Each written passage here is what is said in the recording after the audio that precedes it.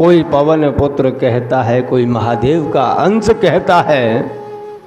ऐसे हनुमान जी जब पालने में सो रहे थे, जब उनको भूख लगी, माता वहाँ थी नहीं, तो उनको लगा कि सूर्य नारायण उदय हो रहे थे, लाल लाल थे, तो हनुमान जी को लगा कि नहीं, यह फल कितना सुंदर है, आज मैं मेरी भूख इस फल को खा करके ही मिटा लेता हूँ।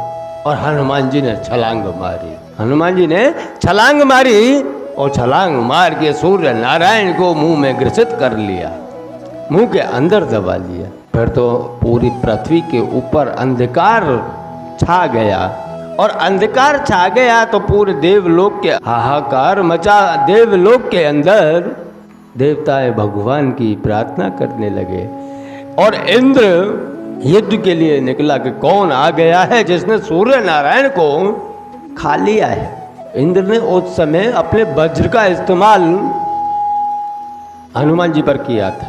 हनुमान जी के मुख में जब वज्र लगा तो मुंह से निकल के सूर्य निकला, और हनुमान जी मूर्छित होकर के जमीन पर आ गए, पृथ्वी पर आ गए।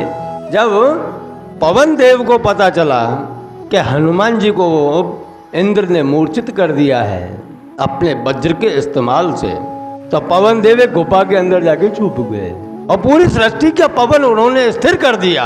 सभी व्याकुल होने लगे, सभी जीव बिना पवन हवा के मरने लगे। और जब सभी तड़प तड़प के अपने प्राण गंवाने लगे, उसी समय सभी देवता गण पवन देव के पास में पहुंचते हैं और पवन से प्रार्थना करने लगते हैं कि हे पवन देव, आप अपनी इस वायु को छोड़िए, पूरी सृष्टि का नाश हो जाएगा नहीं तो। उसी समय पवन देव ने कहा मैं छोड़ तो दूंगा, लेकिन ये अच्छा नहीं किया, मेरे पुत्र के ऊपर वज्र का प्रहार करके इंद्र ने अच्छा नहीं किया। तो सभी ने कहा कि इसका कोई उपाय है, कि उपाय एक ही है कि मेरे पुत्र को सर्जीवन करो, जीवित करो, और जीवित करने के बाद में सब उसको वरदान दो। तो वहाँ सभी देवताओं ने अपने अपने प्रकार से हनुमान जी को वरदान दिए हैं, और जब वरदान प्राप्त हुई, शक्तियाँ प्राप्त हुई हनुमान जी के शरीर के अंदर, थोड़ा विचलता भी रही, चंचलता भी रही, तब हनुमान जी गुरुकुल में पढ़ने के लिए जाते थे। लेकिन पढ़ता कौन था वहाँ तो बच्चे तो पढ़ते भी नहीं है ना। अभी आप देखते हो बाल मंदिर के अंदर, नर्सरी के अंदर बच्चे कोई नहीं पढ़ते हैं क्या, बस धमा चौकड़े मचाते हैं, तूफान मचाते हैं। तो हनुमान जी वहाँ तूफान मचा रहे थे। ऋषि मुनि हमारे ध्यान में बैठते तो उनके कमंडल उठा के फेंक दिया करते, आसने उठा करके फेंक दिया करते आकाश में, अपनी अपनी शक्ति का प्रयोग किया करते थे। उसी समय ऋषियों ने क्रोध में आकर के हनुमान जी को श्राप दिया कि जिस बल के ऊपर तुम्हें इतना अहंकार है, जाओ, हमारा श्राप है कि तुम्हारा यह बल भूल जाओ। तो हनुमान जी वहाँ से अपना बल भूल गए। अतुलित बल धामम, जो अतुलित बल के स्वामी थे वह स्वयं का बल भूल गए, और स्वयं का बल भूल करके उदास होकर के बैठ गए, जैसे उन्हें कुछ आता ही ना हो, उनके पास में कोई शक्तियाँ ही ना हो।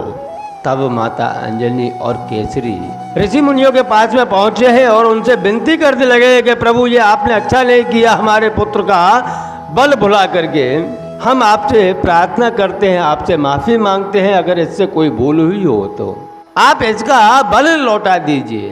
तब ऋषि मुनियों ने कहा बल तो लौटा कहाँ से दे, बल तो इसी के पास में, लेकिन भूल गया है। हाँ, एक समय ऐसा आएगा जब ये प्रभु श्री राम के कार्य में लगे रहेंगे, और उस कार्य के अंदर इन्हें कोई अगर बल का याद दिलाएगा, इनके बल को कोई याद दिलाएगा, तो इनको पूरा बल याद आ जाएगा, खुद की शक्तियां याद आ जाएंगी, और यह प्रभु कार्य संपूर्ण करेगा। यह हमारा आशीर्वाद है। जिनको श्राप मिला, और श्राप के अंदर भी उनको आशीर्वाद मिला कि तुम जाकर के प्रभु का कार्य करोगे, ऐसे हैं हमारे हनुमान जी। हनुमान जी की हनुमान लीला अपने कहने जाएं तो बहुत लंबी है। इस मुखारविंद से उनकी लीला संपूर्ण नहीं की जा सकती, क्योंकि हनुमान जी तो हनुमान जी है।